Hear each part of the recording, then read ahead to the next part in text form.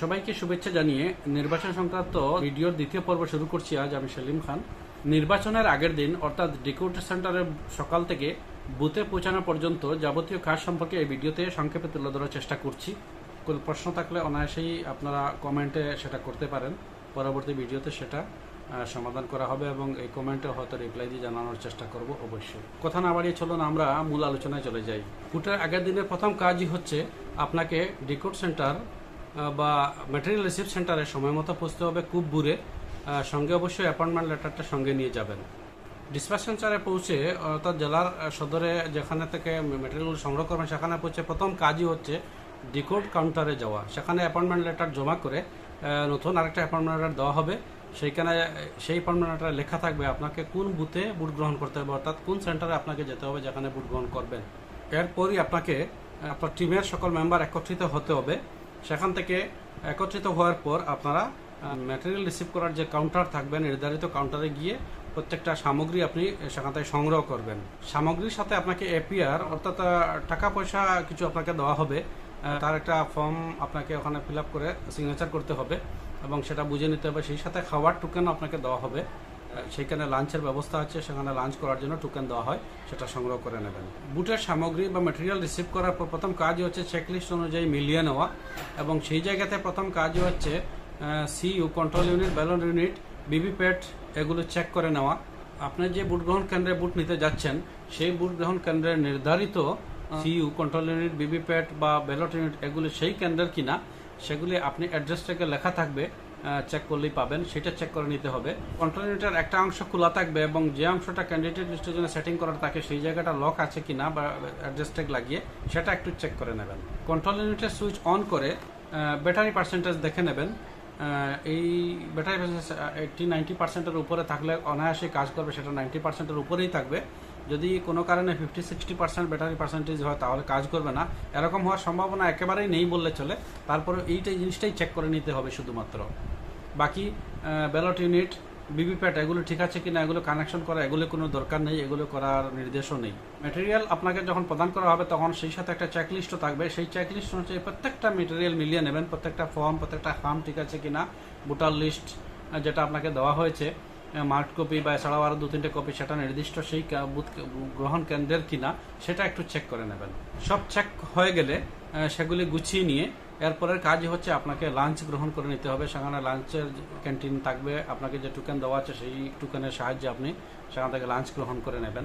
ঠিক এই সাথে একটা কাজ করে নিতে হবে, আপনার যাতে যে সিকিউরিটি পার্সোনাল দেওয়া হয়েছে তাদের সঙ্গে যোগাযোগ করবেন। সিকিউরিটি পার্সনের জন্য আলাদা একটা সেন্টার থাকে, পুলিশটাই হয়তো আপনার সাথে যোগাযোগ করবে সিকিউরিটি পার্সন যারা আছে, অথবা আপনাকে এগিয়ে গিয়ে সেখান থেকে আপনার ভোট গ্রহণ কেন্দ্রের সাথে সিকিউরিটি হিসাবে যারা যাবে তাদের যোগাযোগটা আপনি সেখানে পেয়ে যাবেন, ফোন নাম্বার ডিটেলস পেয়ে যাবেন, তাদের সংগ্রহ করে নেওয়াটাই হচ্ছে কাজ।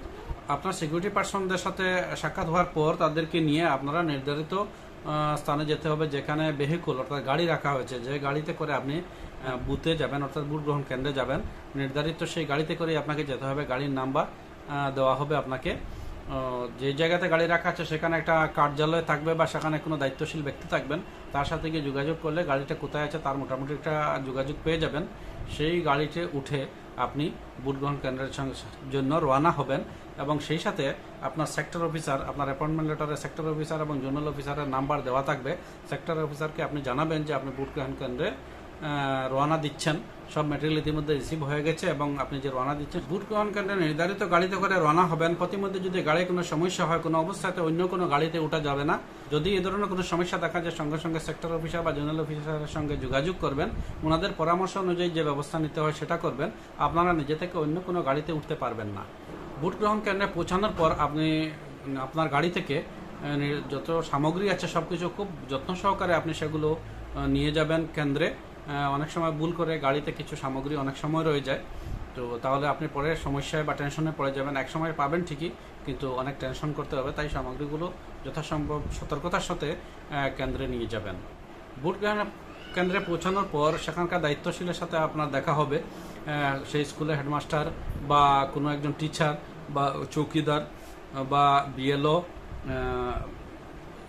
আশা, এই ধরনের মানুষগুলো কেউ না কেউ আপনি সেখানে পাবেন। তাদের সাথে আপনারা সাক্ষাৎ করে ক্যাম্পাসটা বুঝে নেবেন। ভোট গ্রহণ কেন্দ্রে পৌঁছানোর পর সেখানে কি কি ফ্যাসিলিটিস রয়েছে যা আপনার জন্য প্রয়োজনীয় সেগুলো একটু দেখে নেবেন।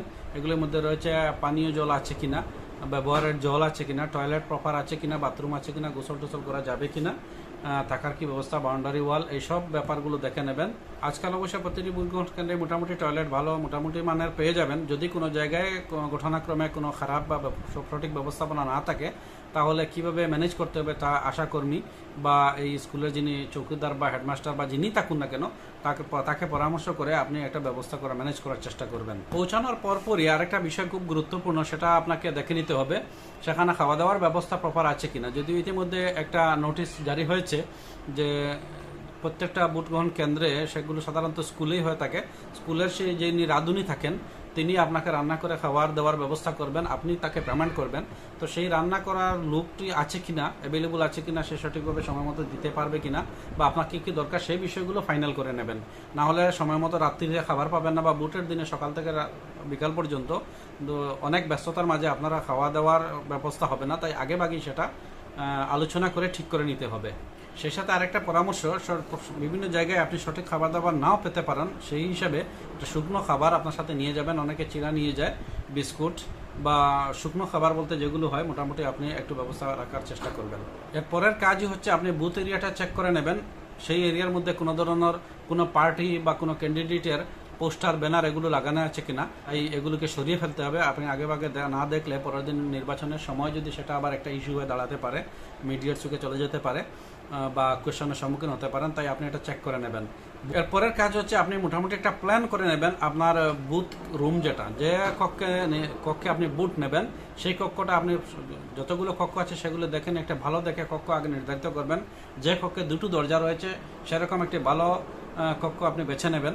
যদি দুটো দরজাওয়ালা কক্ষ না পাওয়া যায় তাহলে একটি দরজাওয়ালাও নিতে পারেন, তাতে কিছু অসুবিধা হয়। এন্ট্রি এবং এক্সিট দুটো লাইন বানাতে হয় একই দরজা দিয়ে। তো দুটি কক্ষওয়ালা আপনি সেটা মোটামুটি ঠিক করে নেবেন। কোন জায়গায় আপনার ইভিএমটা মানে বুটিং কম্পার্টমেন্টটা রাখবেন, রিটার্নিং অফিসার বসবেন কোথায়, অন্যান্য পোলিং অফিসাররা বসবেন কোথায়, এজেন্ট বসবেন, সেই ব্যাপারটা মোটামুটি একটা পরিকল্পনা করে নেবেন টিমের সাথে আলোচনা করে বা আমি একাই যেভাবেই হোক সেটা নির্ধারিত করে নিলে আপনার নির্বাচন পরের দিনের কাজ অনেকটা সহজ হয়ে যাবে। না হলে পরের দিন সকালে এগুলো পরিকল্পনা করতে করতে অনেক সময় চলে যাবে, টেনশন বেড়ে যাবে। তাই আগের দিনে সেটা পরিকল্পনা করে রাখাটাই উত্তম। এরপরে একটা কাজ করে নিলে খুব ভালো হয়, যেটা হচ্ছে ডিসপ্লে করার জন্য, টাঙিয়ে রাখানোর জন্য বা ওয়ালে পেস্টিং করে লাগানোর জন্য যেসব সামগ্রী রয়েছে সেগুলো টাঙিয়ে নেবেন। যেমন ক্যান্ডিডেট লিস্ট বা আইডি হিসাবে পরিচয়পত্রের লিস্ট যেটা রয়েছে, কী কী পরিচয়পত্র ভ্যালিড সেগুলো, বা এছাড়াও ইভিএম সংক্রান্ত কিছু ডিসপ্লে নোটিশ বা কিছু পোস্টার থাকে সেগুলো টাঙিয়ে নিতে হবে।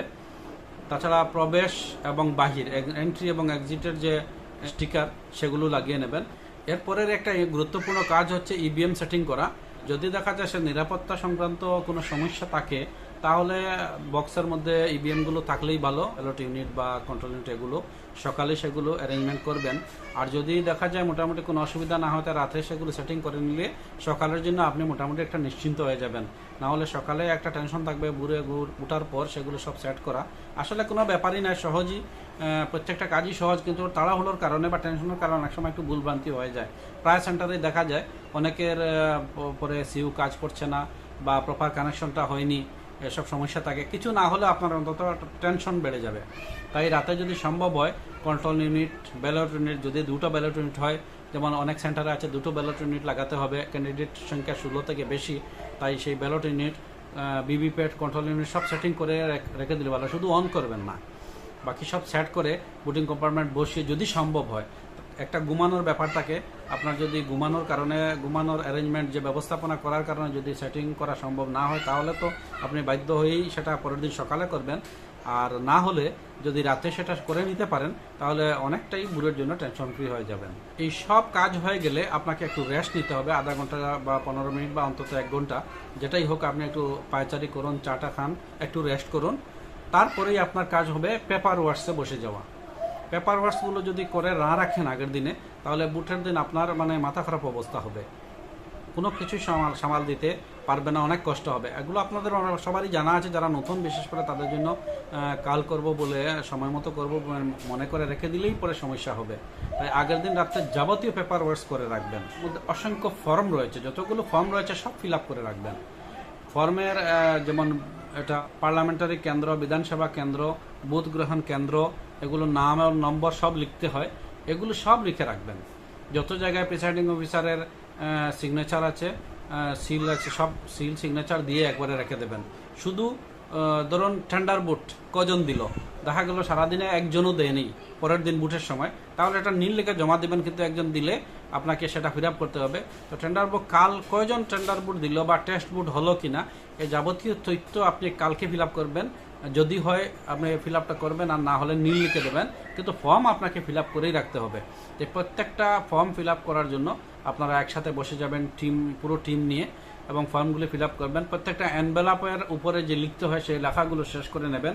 এছাড়াও রেজিস্টার অফ ভোটার যেটা আছে, রেজিস্টার অফ ভোটারে সিরিয়াল নাম্বার একটা দিয়ে রাখবেন। মোটামুটি আপনার সেন্টারে যদি 700 বুথ হয়, অন্তত 500 নম্বর পর্যন্ত আপনি সিরিয়াল নাম্বার দিয়ে রাখবেন। রেজিস্টার অফ ভোটারের প্রথম লাইনটাই লিখতে হবে 1 নম্বরের আগে, যে total in control unit is checked and found 0, এই কথাটা লিখতে হবে। তারপরে 1, 2, 3 এভাবে সিরিয়াল নাম্বারটা দিয়ে রাখবেন। ভোটার স্লিপ আপনাকে রেডি করে রাখতে হবে। ভোটার স্লিপে যা যা লেখা যায় সব লিখে রেখে দেবেন। যদি এখানে কোনো পয়েন্ট নিয়ে আপনাদের প্রশ্ন থাকে তাহলে অবশ্যই কমেন্টে জানাবেন, আমরা আনসার দেওয়ার চেষ্টা করব। যদি মনে করেন এই ভিডিও যে অনেকের উপকারে আসতে পারে, তাহলে আপনার পরিচিত যারাই আছেন, যারা নির্বাচনী দায়িত্বে আছেন, তাদেরকে এটা শেয়ার করে দিন। পরের ভিডিওতে ভোটের দিন যাবতীয় যেসব কাজ করতে হবে তা ধারাবাহিকভাবে সেখানে তুলে ধরার চেষ্টা করব। সেটা দেখার জন্য আপনার চ্যানেলটি সাবস্ক্রাইব করে রাখুন।